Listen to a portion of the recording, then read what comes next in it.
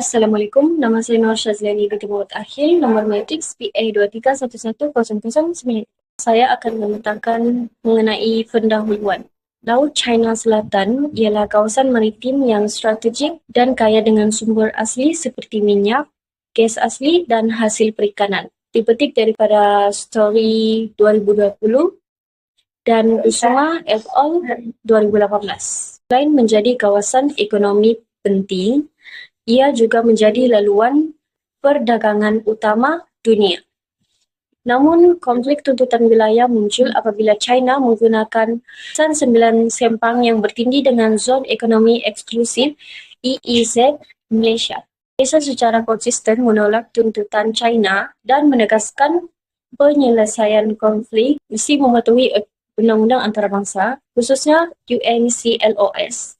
Misnis dipetik daripada Ministry of Foreign Affairs Malaysia 2023. Turut memainkan peranan penting di mana Malaysia mendorong kesatuan ASEAN dalam usaha membina kod tata kelakuan Code of Conduct bersama China, dipetik daripada Yale Journal 2023. Strategi Malaysia menyeimbangkan hubungan dengan ASEAN, China dan kuasa luar dikenali sebagai Triadik Maritim Diplomasi, dipetik daripada All Azimuth 2020. Ini bertujuan untuk menganalisis pendekatan Malaysia dalam urusan konflik Laut China Selatan dan menilai sejauh mana ia dianggap berjaya. Sekian, terima kasih.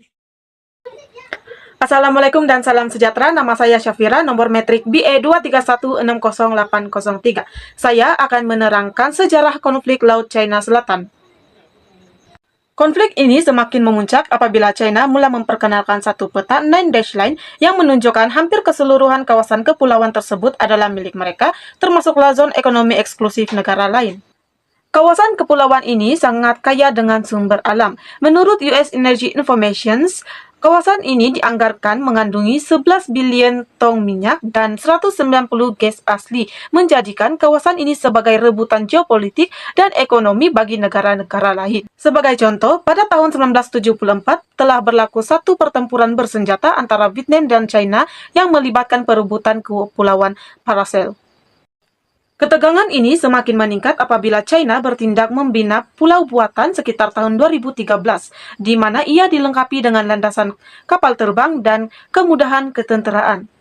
Sebagai reaksi, Filipina telah membawa kes ini ke Mahkamah Timbang Tara pada tahun 2013, dan pada tahun 2016, Mahkamah telah memutuskan bahwa tuntutan China mengenai 9-dash line adalah tidak sah.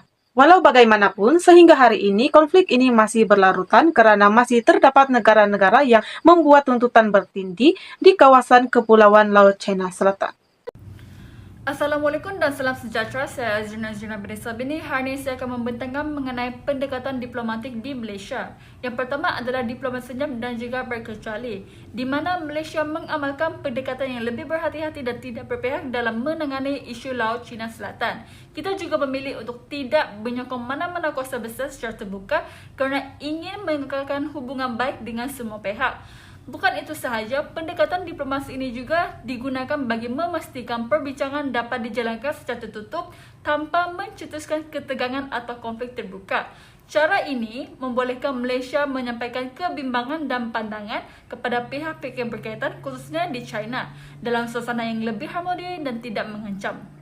Yang kedua adalah peranan aktif dalam ASEAN, di mana sebagai negara anggota ASEAN, Malaysia memainkan peranan penting dalam mengukuhkan perpaduan serantau. Kita secara aktif menyokong usaha untuk membentuk kod tata laku iaitu COC di Laut China Selatan bagi mengawal tingkah laku negara-negara terlibat, termasuk China.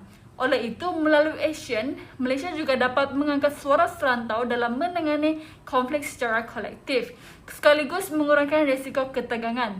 Dengan pendekatan ini juga dapat mengalahkan penyelesaian secara damai dan juga konsisten dengan prinsip undang-undang antarabangsa serta piagam pertubuhan bangsa-bangsa bersatu.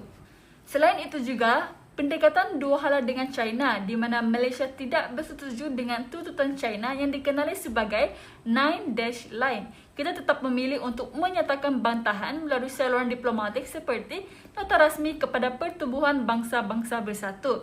Dalam masa yang sama, Malaysia tetap mengekalkan hubungan baik dengan China melalui perbincangan dua hala yang berterusan. Ini sekaligus menunjukkan Malaysia bijak dalam menghubungi antara kepentingan kedaulatan negara dengan keperluan menjaga hubungan ekonomi yang diplomatik dengan kuasa besar seperti China. Dan yang terakhir adalah kerjasama keselamatan dan juga pengawasan. Selain pendekatan diplomatik, Malaysia juga memperkukuhkan aspek keselamatan melalui kerjasama strategik dengan negara-negara seperti Amerika Syarikat, Jepun dan juga Australia.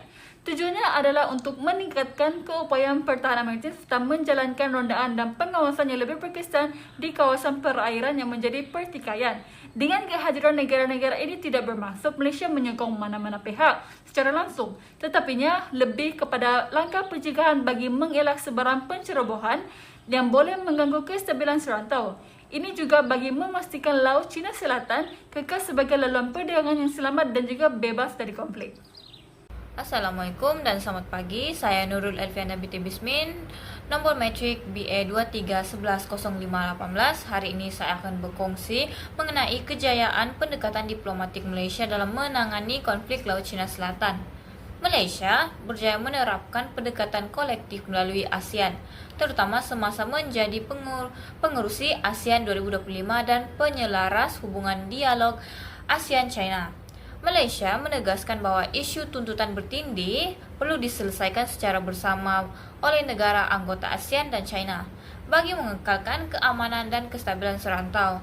Melalui platform ASEAN, Malaysia menggalakkan dialog terbuka dan membina kepercayaan antara pihak terlibat, termasuk China. Malaysia juga menyokong konsensus 5 perkara 5PC sebagai asas penyelesaian aman. Malaysia mengekalkan pendirian berkecuali dan berdaulat, sekaligus memperkukuh peranan sebagai pendamai serantau. Selain itu, Malaysia menggunakan rundingan berterusan dan komunikasi tertutup dengan China untuk menyuarakan kebimbangan tanpa mencetuskan ketegangan. Pendekatan ini membina kepercayaan politik dan mengekalkan hubungan dua hala yang stabil. Walaupun menghadapi cabaran, Malaysia berjaya mengimbangi kepentingan nasional dengan mengutamakan keamanan serantau. Ini membuktikan keberkesanan diplomasi dalam menangani konflik secara konstruktif dan aman. Sekian dari saya, terima kasih. Assalamualaikum, saya akan mengajarkan tentang analisis kelemahan pendekatan diplomatik Malaysia. Pertama sekali kita boleh lihat insiden pencerobohan perairan oleh China, iaitu kapal pengawal pantai China serta kapal tentera China di zon ekonomi eksklusif Z, khususnya di Beting Patinggi Ali dan juga Luconia Shoals, menunjukkan pola agresif China dan di kawasan strategik Laut China Selatan. Kemudian pencerobohan ini turut mengganggu operasi minyak dan gas syarikat Petronas dan menimbulkan risiko kepada wilayah Malaysia. Hal ini Insiden ini memberi ancaman kepada kedaulatan maritim Malaysia dan juga kedudukan Malaysia di Laut Cina Selatan. Keadaan yang tegang ini menuntut Malaysia untuk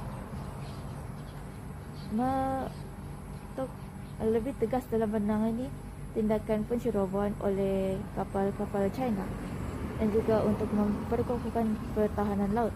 Kemudian kita boleh lihat pendekatan yang diplomatik Malaysia yang digunakan dikira sebagai berhati-hati. Seperti yang kita nampak, mereka selalu guna pendekatan diplomasi backdoor ataupun yang semua yang berbincang-bincang itu. Mereka kurang tegas dalam perhal ini, jadi boleh dikira sebagai lemah di peringkat antarabangsa. Kemudian ada kritikan oleh ahli parlimen Macang, iaitu Wan Ahmad Fazal, yang mengatakan tentang insiden ini juga ketiadaan tindakan konkret terhadap pencerobohan kapal China boleh menimbulkan rasa tidak puas hati rakyat dan juga imej kelemahan di peringkat antarabangsa. Malaysia tidak, terutamanya bila kita bandingkan tindakan Malaysia dengan tindakan negara jiran. Kita boleh lihat negara jiran Filipina, mereka menggunakan tindakan yang lebih tegas, iaitu kenteteraan dan juga mengusir. Filipina mengambil pendekatan yang lebih proaktif termasuk mengerahkan pengawal pantai dan operasi mengusir keluar kapal China yang didapati menceroboh perairan mereka. Filipina juga tidak tergagap menggunakan media antarabangsa untuk menyiarkan insiden konfrontasi di lapangan dan juga menguatkan memberi lagi tekanan kepada China lah. Begitu. Itu sahaja.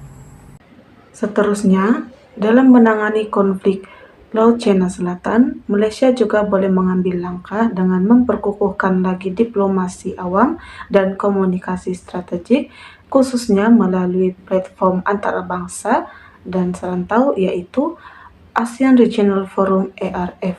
Pendekatan ini penting kerana ia membolehkan Malaysia untuk menyuarakan pendirian mereka terhadap masyarakat antarabangsa secara terbuka dengan menekankan prinsip keamanan, kerjasama dan pematuhan undang-undang antarabangsa seperti UNCLOS 1982.